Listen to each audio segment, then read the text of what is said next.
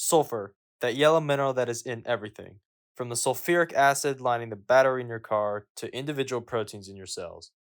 Now, sulfur's discovery has ancient origins. If you have ever tried panning for gold at one of those museums and they give you fool's gold, well, it turns out that fool's gold, or iron pyrite, is actually how humans used to mine for sulfur, as pyrite is FeS2.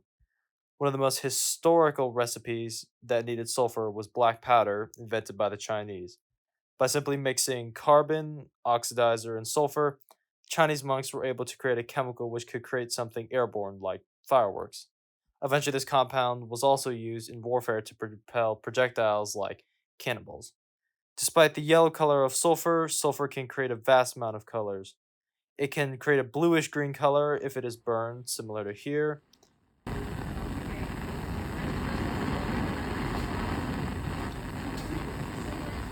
In stars, sulfur creates a distinct reddish color. Now, sulfur is not that useful in its pure elemental form, and it is unstable in said form. Most of its use in commercial, biological, chemical, and physical processes happens when it is part of a molecule. Now, there are thousands of possible molecules and compounds formed with sulfur, but I will focus on just one, which is hydrogen sulfide.